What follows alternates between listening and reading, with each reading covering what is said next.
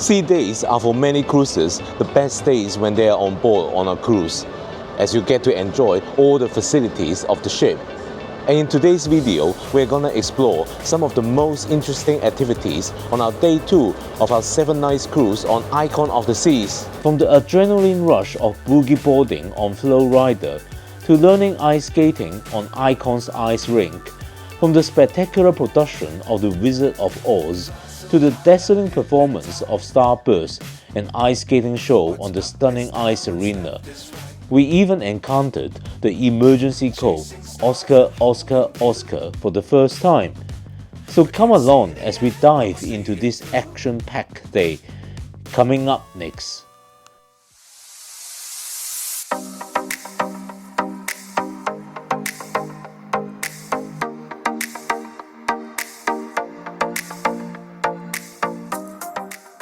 Good morning, fellow travelers. This is Ken from Ken Travels 360 and welcome back to my channel.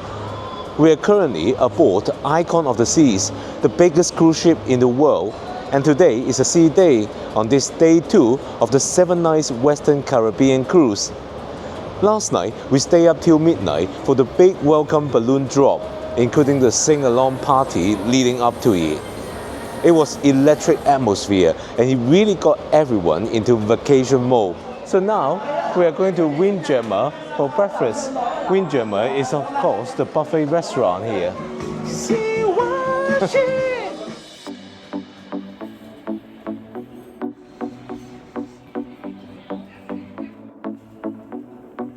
Just finished breakfast at Windjammer. Oh, I didn't even spot the mushrooms. Well, it was really good quality, so well done Royal Caribbean. So we're now gonna head back to our stateroom. I'm gonna get changed and head to the ice skating rink, Absolute Zero. The ice arena, Absolute Zero, is located at the aft of Deck 5, although its entrance is actually on Deck 6, just past Playmakers. I got there 5 minutes before the start time, and there was already a line there with dozens of people queuing up. Now when it comes to ice skating, I'm not exactly a pro. My first attempt was on Symphony of the Seas, and let's just say I spent more time hugging the rail than actually skating. Today, I decided to give it another shot and focus on building some confidence. By the end of the session, I was able to make it around the rink without holding onto the rail, but I'll admit, I was still pretty nervous. A few days later, on this same cruise, I had another crack at it, and I managed to go round continuously without needing the rail. I even tried to glide a bit, but I failed. Still, overall, I've definitely made some progress. After the adrenaline rush of ice skating, we needed something a lot more chill, so we headed to the Surfside neighborhood that is nearby. Now, I know this area is mostly geared towards families with young kids, but of course we still want to check it out. There's an arcade here with lots of different games, claw machines, air hockeys, etc. They've made it really easy to spend money here. You simply tap your SeaPass card to play, and you'll be charged automatically to your account. There's a kids splash zone as well as a toddler's pool, and there are also both complimentary and specialty dining venues here. This is great for families during the day, as they don't have to drag the kids up to say Windjammer for lunch. Now, just like on Symphony of the Seas, they have a carousel here. So we are on the carousel now, even though it's for kids. This one, compared to Oasis class, is much smaller and it has a nautical theme. They are like seahorses, fish, yeah. And it's way gentler.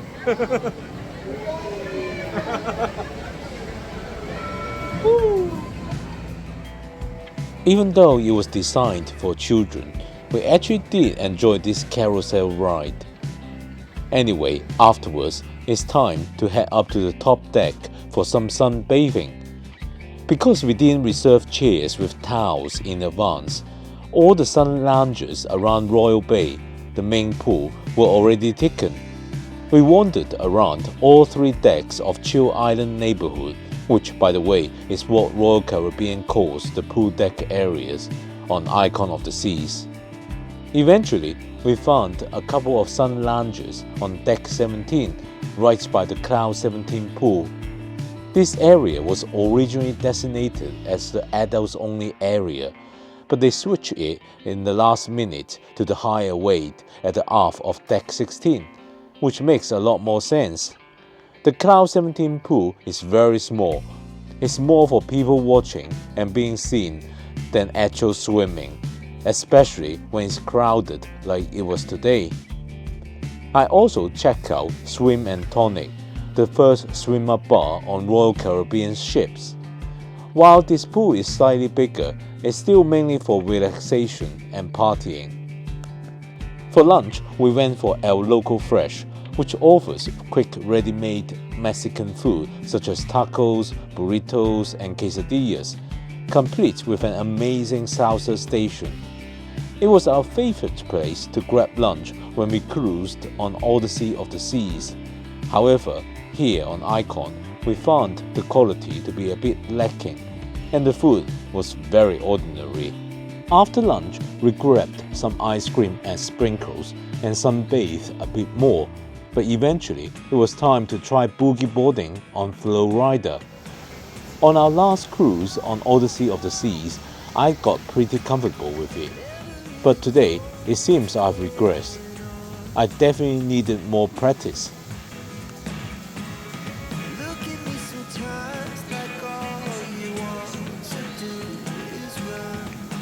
After all the wipouts, I was feeling quite battered, so it's time to hop into one of the whirlpools to recuperate a bit. As I started to unwind in the jacuzzi, we suddenly heard the emergency call, Oscar, Oscar, Oscar, port side, bearing out over the tannoy. That's a British slang for public address system, by the way. Now, on cruise ships, they often use emergency signals to alert the crew about an emergency or situation without causing panic among unaffected passengers. For example, Alpha Alpha Alpha is the code for a medical emergency aboard. But in this case, Oscar Oscar Oscar meant there were people overboard. Almost instantly, passengers paused their activities and turned their attention to the port side. It became clear that our ship had encountered a small vessel adrift and in need of assistance. The crew swiftly launched a rescue operation, deploying a small Zodiac to rescue the 14 individuals on a tiny boat waving a large white flag. It turned out that they were Cuban refugees who had been stranded at sea for the past 8 days. It's quite incredible to think they endured such conditions for so long. Thankfully, they were rescued, and upon reaching our first port, Roatan in Honduras, they were transferred to the Honduran Navy. So it's dinner time now. Tonight's theme is Dress the Best.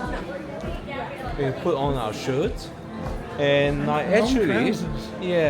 Tonight's menu theme is Dine Like an Icon, and it's the first of the 2 nights where lobster tails are featured. I've been really looking forward to this, so let's dive right in. For starters, Steve has gone for onion soup. As for me, okay, nothing new to see here. It's escargot again. Cheers. Right, for main course, Steve has gone for something unusual today. It's chicken cordon bleu. For me, I have gone for lobster tail today. You can only get one per person. I really enjoyed that lobster tail as I demolished it in record time. For dessert, Steve has gone for the cappuccino chocolate cake, while I stuck with a tried and true favorite, creme brulee. After dinner, we made our way to Absolute Zero for the first of the evening's entertainment trio. And who better to introduce the show than our cruise director, Mike. If you have watched my Odyssey of the Sea series before, you'll recognize that Mike was also the cruise director on that sailing. great for our ice cast, which gives them so much more surface to work with. Everybody always says, is this real ice? Yes, it takes us about 3 days to make the full ice. It's about that thick there. And yeah, so we have it. What's cool about this venue though is that there's great seats all the way around. The projection here is incredible. And this show that you're about to see is quite possibly the largest production on ice on planet Earth.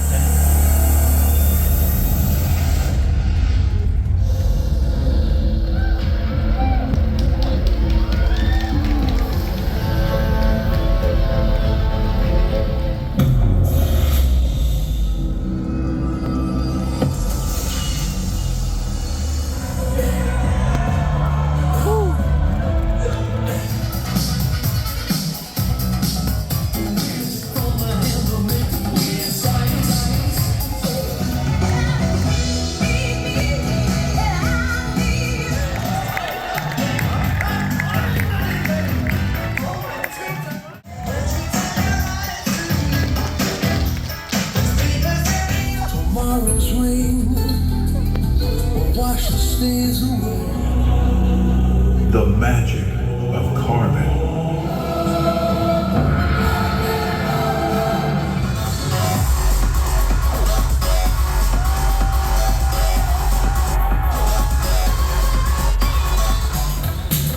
I don't wanna take it anymore.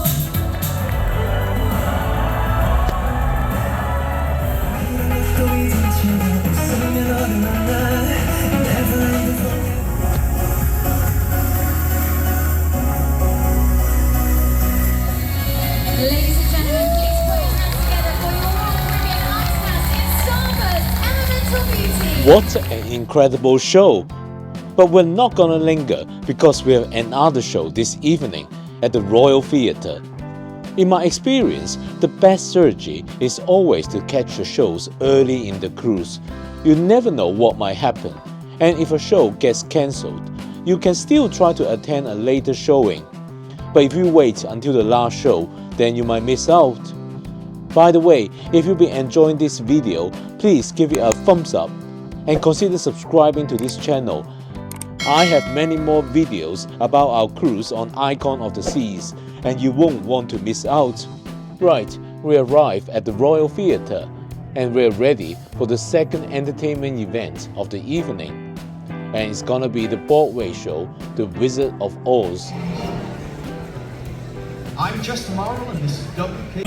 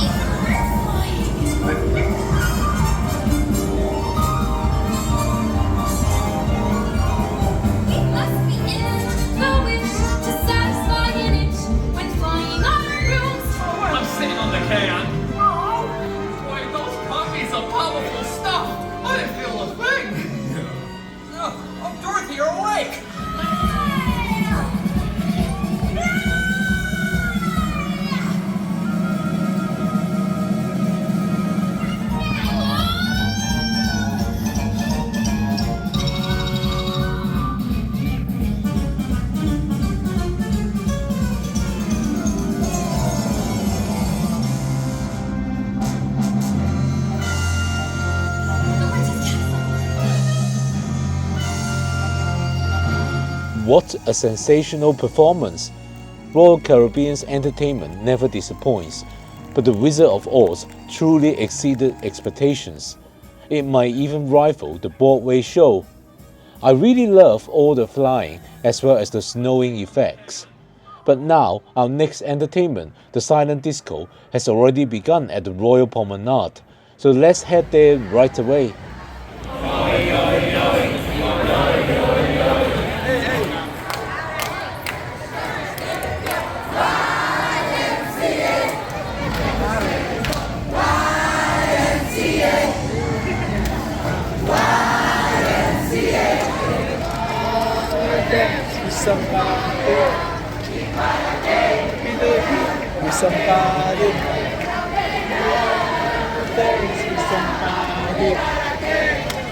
with somebody who loves me. Oh, dance with somebody. Well, what a day we've had. It's been such an exciting day. I hope you've enjoyed watching this video.